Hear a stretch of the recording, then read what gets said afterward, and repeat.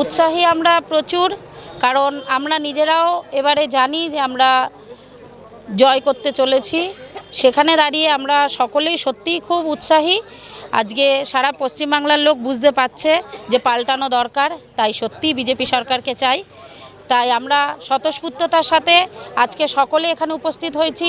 আমাদের প্রার্থী সৌরভ শিকদার মহাশয়ও আসছেন। আমরা সকলে এখান থেকে পদযাত্রা শুরু করব। তাই আমরা সকলকে বলবো আমাদের পদযাত্রায় সামিল হতে এবং আজকের সমাজকে সুস্থ সমাজ, সুন্দর সমাজ গড়ে তুলতে।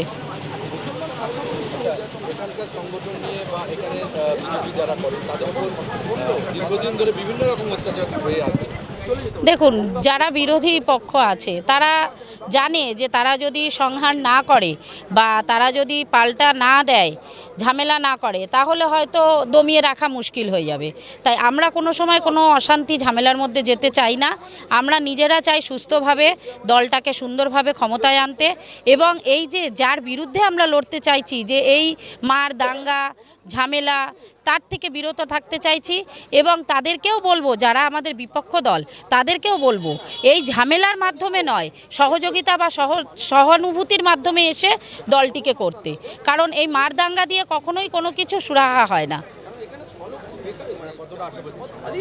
আশাবাদী আমরা প্রচুর সংগঠনের ক্ষেত্রে, কারণ আমাদের সংগঠন সত্যিই এখন মজবুত হাতে। তার জন্য আমরা সকলেই আশাবাদী যে আমরা 26-এ জয় করব।